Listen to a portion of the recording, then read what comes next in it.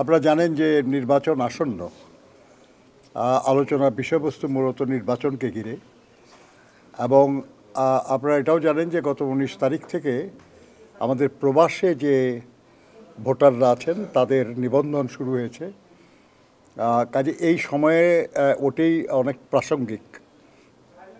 আপনারা এটাও জানেন যে প্রবাসী বাংলাদেশিদের ভোটের অধিকারের জন্য আমরাই সবার আগে বলেছি এবং আমরা এটাকে আমাদের দেশনেত্রী বেগম খালেদা জিয়ার ভিশন 2030, বিএনপির ২৭ দফা কর্মসূচি এবং আন্দোলনরত সব দলগুলির সঙ্গে মিলে আমরা যে ৩১ দফা কর্মসূচি ঘোষণা করেছিলাম এই দাবি তার অন্তর্ভুক্ত ছিল। সেই সময়ে অন্যদের কারো এই দাবি ছিল না। যাই হোক, এখন আমরা মনে করি যে যেহেতু আল্লাহর মেহেরবানিতে আমাদের দাবিটা আদায় হয়েছে, নির্বাচন কমিশন প্রবাসীদেরকে ভোটার করার জন্য উদ্যোগ নিয়েছে এবং সেই উদ্যোগটা বেশ কার্যকর ইন দ্য সেন্স যে যাদের এনআইডি আছে শুধু তারা না, ওনারা বিভিন্ন দেশে লোক পাঠিয়েছেন নতুন করে এনআইডি দিয়ে তাদেরকে ভোটার করার উদ্যোগ নিয়েছেন তারা। আমরা ধন্যবাদ জানাই নির্বাচন কমিশনকে উদ্যোগ নেওয়ার জন্য। আমরা আজকে তাদের সঙ্গে একটু আলোচনা করেছি যে তালিকা আমরা দেখেছি যে বিভিন্ন দেশে যারা প্রবাসী আছে তাদের ভোটার করার ব্যাপারে যে শিডিউলটা ঘোষণা করা হয়েছে, সেখানে কয়েকটা দেশে যেখানে আমাদের প্রবাসী বাংলাদেশিদের সংখ্যা অনেক বেশি, যেমন সৌদি আরব বা ইউএই এরকম দেশের মতো দেশে প্রচুর বাংলাদেশি এবং তাদের অনেকেই বিভিন্ন এমন স্থানে বসবাস করেন যেখানে অন্যান্য দেশের মতো তাদের ভোটার হওয়া বা নিবন্ধিত হওয়ার সুযোগ দুষ্কর, কঠিন। তো সেই জন্য আমরা তাদেরকে অনুরোধ করেছি যে যেসব দেশে প্রবাসী বাংলাদেশিদের সংখ্যা বেশি, যেখানে যোগাযোগ ব্যবস্থা বা যাতায়াত ব্যবস্থা সমস্যা আছে, যেখানে তাদের নিবন্ধিত হওয়ার সুযোগ কঠিন, সেই সব জায়গায় নিবন্ধনের সময় বাড়ানোর জন্য আমরা আমাদের দলের পক্ষ থেকে অনুরোধ করেছি, যাতে সর্বোচ্চ সংখ্যক বাংলাদেশিরা ভোটার হতে পারেন এবং নির্বাচনী প্রক্রিয়ায় অংশগ্রহণ করতে পারেন। নির্বাচন কমিশনের পক্ষ থেকে আমাদেরকে আশ্বস্ত করা হয়েছে যে তাদের শিডিউলে একটা সুযোগ আছে যে সমস্ত নিবন্ধন শেষ হয়ে যাওয়ার পরে কয়েকটা দিন যারা বাদ পড়বে, যারা এর মধ্যে নিবন্ধিত হতে পারবে না, তাদেরকে নিবন্ধিত করার একটা সুযোগ থাকবে। তো আমরা মনে করি যে এটা অত্যন্ত ভালো একটা অবস্থা যে যারা ইতিমধ্যে নিবন্ধিত হতে পারবেন না তারা ওই অতিরিক্ত সময়ে নিবন্ধিত হতে পারবেন। আমরা নির্বাচন কমিশনকে আরেকটা অনুরোধ করেছি যে যেহেতু প্রবাসে যারা থাকেন তাদের খুব কম মানুষেরই ন্যাশনাল আইডি আছে, এনআইডি, নানা কারণে, বাস্তব কারণেই তাদের বেশিরভাগ লোকেরই এনআইডি নাই। এই যে নতুন করে এনআইডি দেওয়ার এবং তাদের ভোটার করার যে উদ্যোগ, সেই উদ্যোগও মানে সব দেশে এটা হয় নাই এবং এটার যথেষ্ট সময়ও ছিল না যে সবাইকে এনআইডির অন্তর্ভুক্ত করা যায়। সেজন্য আমরা তাদেরকে অনুরোধ করেছি যে এনআইডির পাশাপাশি তাদের যে পাসপোর্ট, বাংলাদেশের পাসপোর্ট, এই পাসপোর্টকে তাদের পরিচিতি হিসাবে গ্রহণ করে তাদেরকে ভোটার তালিকায় অন্তর্ভুক্ত করার জন্য আমরা অনুরোধ করেছি। আমরা জানি, আমরা একমত তাদের সঙ্গে যে অনেক পাসপোর্ট মানে ফেক পাসপোর্ট আছে। আমরা জানি যে অনেক যারা বাংলাদেশের পাসপোর্ট পাওয়ার যোগ্য না, প্রাপ্য না, এমন অনেক মানুষও গত সরকারের আমলে বাংলাদেশের পাসপোর্ট পেয়েছে। অনেকেই দুর্নীতি অনাচারের মাধ্যমেও সংগ্রহ করেছে। আমরা অবশ্যই চাই না যে তারা বাংলাদেশের ভোটার হোক। সে কারণে আমরা এটাও প্রস্তাব করেছি যে যাদের পাসপোর্টের মাধ্যমে যাদের ভোটার করার আহ্বান আসবে বা অনুরোধ আসবে, তারা ইচ্ছা করলে তাদের এই পাসপোর্ট ভেরিফাই করতে পারেন। পাসপোর্টের ছবি তুলে যদি তার গ্রামে পাঠানো হয় সেখানে ভেরিফিকেশন করে যদি দেখা যায় যে এটা সঠিক, তাহলে এটা তাকে ভোটার করার ব্যবস্থা নেওয়া যেতে পারে। ওনারা সম্মত হয়েছেন, ওনারা বলেছেন যে তারা এটা বিবেচনায় নেবেন। সময় যদিও খুব বেশি নাই, কিন্তু তারপরেও চেষ্টা করবেন তারা যে এইভাবে আরও কিছু মানুষকে যদি ভোটার করা যায়, ওয়াই নট। কারণ তারাও বাংলাদেশের নাগরিক এবং তারাও ভোট দেওয়ার এটা তাদের প্রাপ্য, তাদের অধিকার। সে অধিকার বাস্তবায়নে তাদের আগ্রহ আছে।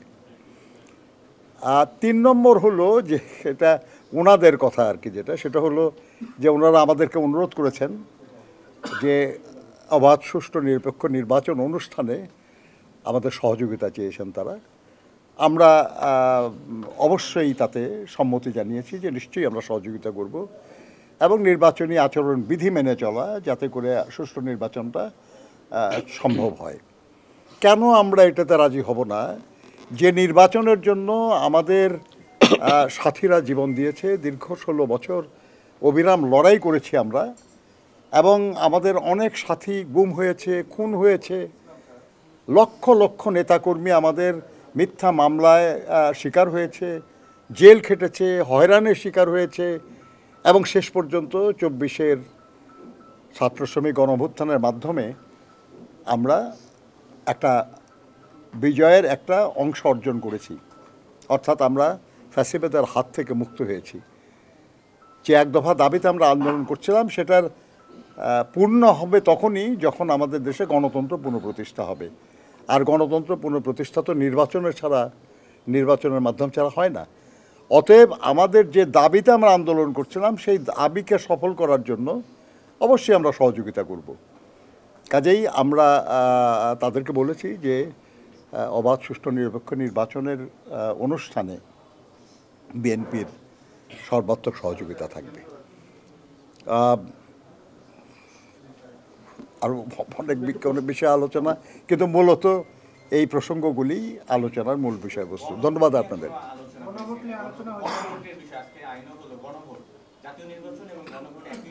এটা নতুন আলোচনার কি আছে আমি তো বুঝি না, কারণ এই ব্যাপারে তো যা হবার আলোচনা হওয়ার সিদ্ধান্ত হওয়ার হয়েছে, এবং সেই গণভোট অনুষ্ঠানের জন্য একটা আইন প্রয়োজন ছিল, সেটা আজকে হয়ে গেছে। একটু এই প্রবাসীদের ভোটের ইস্যুটা নিয়ে একটু কথা, সেটা হচ্ছে ধরুন ন্যাশনাল আইডি কার্ডও তো আমরা বাংলাদেশ থেকেই দিচ্ছি, বাংলাদেশ সরকারই দিচ্ছে, পাসপোর্টটাও বাংলাদেশ সরকার দিচ্ছে। প্রবাসীরা কিন্তু ন্যাশনাল আইডি কার্ড নিয়ে ফিজিক্যালি নিয়ে তারা কিন্তু প্রবাসে যায় না, এটা বেশিরভাগ ক্ষেত্রে হয়েছে। আরেকটা ব্যাপার হলো যে নির্বাচন কমিশন এবং আমাদের যে দূতাবাসগুলো আছে, তারা যেইভাবে প্রচারণা করছে এটা নিয়ে, নির্বাচন কমিশনের যে ইউটিউব চ্যানেল তারা একটি করেছে, সেখানকার চিত্র দেখলে এটা আমরা বুঝবো যে ওনারা আসলেই চান কিনা যে প্রবাসীরা ভোটার হোক বা নিবন্ধন করুক। দূতাবাসও একইভাবেই শুধুমাত্র একটা ফটোকার্ড, 2-3টা ফটোকার্ড তারা দায় সারা পোস্ট করে রেখেছে। এতে করে আমাদের সাধারণ প্রবাসী কর্মী যারা হয়তো কোনো মতে বাংলা লিখতে জানে, সৌদি আরবে 37 লাখের মতো প্রবাসী ধরন সেখানে গেছে, এই জায়গাতে আসলে এটা দিয়ে সম্ভব কিনা, আন্তরিকতা আছে কিনা ওনাদের মধ্যে, এই দুটা বিষয়। আপনি দেখেন, এই বিষয়টা তো এইবারই প্রথম মাস স্কেলে শুরু হয়েছে। পোস্টাল ব্যালটের বিধান আমাদের বহু বছর ধরে আছে, নির্বাচনের শুরু থেকেই আছে, কিন্তু গত নির্বাচনেও ওটা 400 কতজন ভোটার দিয়েছে, 154 জন না কতজন ভোট দিয়েছে। সেই জায়গায় এবার আমরা যতটুকু শুনেছি আর কি, যে গত 19 তারিখ থেকে নিবন্ধন শুরু হয়েছে, এবং বাই দিস টাইম প্রায় 32-34 হাজারের মতো অলরেডি নিবন্ধিত হয়েছে। কাজেই আমরা মনে করি যে এটা এক ধরনের অগ্রগতি, কিন্তু এটা আরও ভালো হতে পারত। মানে ব্যাপারটা হচ্ছে যে আর কতই না ভালো হতে পারতো, কত কিছু, কিন্তু এই অনেক ভালো হতে পারতো। এটা যেমন আমাদের কাঙ্ক্ষিত, তেমনি যা হয়েছে সেটাকে আমরা মনে করি আর কি যে চেষ্টা হচ্ছে। অবশ্যই আপনারা জানেন যে আমি নিজেও রাষ্ট্রদূত ছিলাম, আমি জানি যে বাংলাদেশের এমবাসিগুলির সক্ষমতাও কিন্তু যথেষ্ট না। যতটুকু আছে হয়তো এর চেয়ে বেশি করা সম্ভব ছিল আর কি, কিন্তু এ ব্যাপারে আরও চেষ্টা করতে হবে। নির্বাচন কমিশনও তো এর আগে কখনো এই কাজটা করে নাই। এই কাজটা এবারই কিন্তু তারা প্রথম শুরু করেছে, কাজেই কিছু ত্রুটি তো থাকতেই পারে।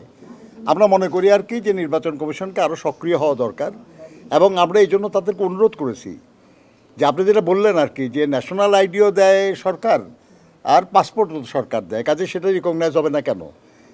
একটা কারণ আর কি, একটু এটা নিয়ে দুশ্চিন্তার কারণ ওটা আর কি, যে প্রচুর ফেক পাসপোর্ট আছে, গলাকাটা পাসপোর্ট ইত্যাদি।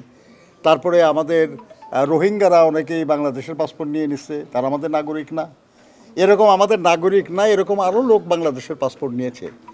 কাজেই এই ব্যাপারে যেহেতু আমরা চাই না আর কি যে বাংলাদেশের নাগরিক না বা এই পাসপোর্টের যোগ্য না তারা যেন ভোটার না হতে পারে, সেই জন্য আমরা বলেছি যে তাদের এটা ভেরিফিকেশন করা হোক, করে তার মাধ্যমে তাদেরকে নেওয়া হোক। আমরা বিশ্বাস করি আর কি যে এইবার যত বেশি সংখ্যক প্রবাসী বাংলাদেশি ভোটার হয়, সেজন্য আমাদের দলের পক্ষ থেকেও আমরা চেষ্টা করছি। আমাদের যেখানেই আমাদের যারা সমর্থক আছে, যারা আমাদের নেতৃস্থানীয় ব্যক্তি আছে, আমরা সবাইকে অনুরোধ করেছি, আমাদের ভারপ্রাপ্ত চেয়ারম্যান নিজে অনুরোধ করেছেন যে তারা যেন বিভিন্ন জায়গায় তাদের পরিচিত লোকজনের মাধ্যমে প্রবাসী বাংলাদেশিদেরকে উৎসাহিত করেন, উদ্দীপ্ত করেন যেন তারা এই সুযোগটা গ্রহণ করে এবং দেশের সরকার প্রতিষ্ঠায়, গণতন্ত্র প্রতিষ্ঠায় যেন তারা অংশগ্রহণ করে, অবদান রাখে। কাজে আমরা মনে করি সেটা হলো যে হয়তো আরও অনেক বেশি কিছু করা সম্ভব ছিল, কিন্তু যতটুকু হচ্ছে আমরা মনে করি যে এটাকে ধরেই আমাদেরকে আগায় যেতে হবে। আইন শৃঙ্খলা বা অন্য কোনো বিষয়ে কি আলোচনা হয়েছে? এটা এটা অবাধ, সুষ্ঠু, নিরপেক্ষ নির্বাচনের সঙ্গে এটা প্রাসঙ্গিক, আইন শৃঙ্খলার ব্যাপারটা। এই বিষয়টি বলেছে গতকাল লটারির মাধ্যমে পুলিশ সুপারদের বদলি চূড়ান্ত করা হয়েছে, বিষয়টি আসলে বিএনপি কিভাবে? আমি জানি না ভাই, যে মানে এটা আমাদের একটা বিশেষ রাজনৈতিক দল এটা দাবি করেছে যে বদলি যেন লটারির মাধ্যমে করা হয়। আমার বিবেচনায় আর কি, এটা ব্যক্তিগত, এটা আমার রাজনৈতিক দল, আমাদের এখনও কোনো সিদ্ধান্ত হয় নাই, কিন্তু আমার বিবেচনায় হলো যে আপনারা এখানে সবাই সাংবাদিক আছেন, তাই না? কিন্তু তার মধ্যে কাউকে কাউকে নির্বাচন কমিশনের দায়িত্ব দেওয়া হয়, কাউকে ডিপ্লোম্যাটিক দায়িত্ব দেওয়া হয়, কাউকে আইন শৃঙ্খলার, কাউকে ক্রাইমে, বিভিন্ন জায়গায় দায়িত্ব দেওয়া হয় না? তাহলে কি যে সবার একই সমান, সবাই আর কি একই রকম, কিন্তু তারপরেও বিশেষ বিশেষ মানুষের বিশেষ বিশেষ যোগ্যতা থাকে। আপনার লটারির মাধ্যমে যদি আপনার পত্রিকার মালিক বা সম্পাদক যদি আপনাদেরকে দায়িত্ব দেয়, ভালো হবে খুব। আমার মনে হয় আর কি যে বিষয়টা বিবেচনায় নিতে পারেন তারা, কিন্তু এই নিয়ে স্পেসিফিক কিছু বলতে হলে এটা আমাদের দলের পক্ষ থেকে বলবে। Thank you very much. Thank you. Mobile কার এটা আরেকটা মোবাইল কার, এটা আপনার কার মোবাইল এটা? আরো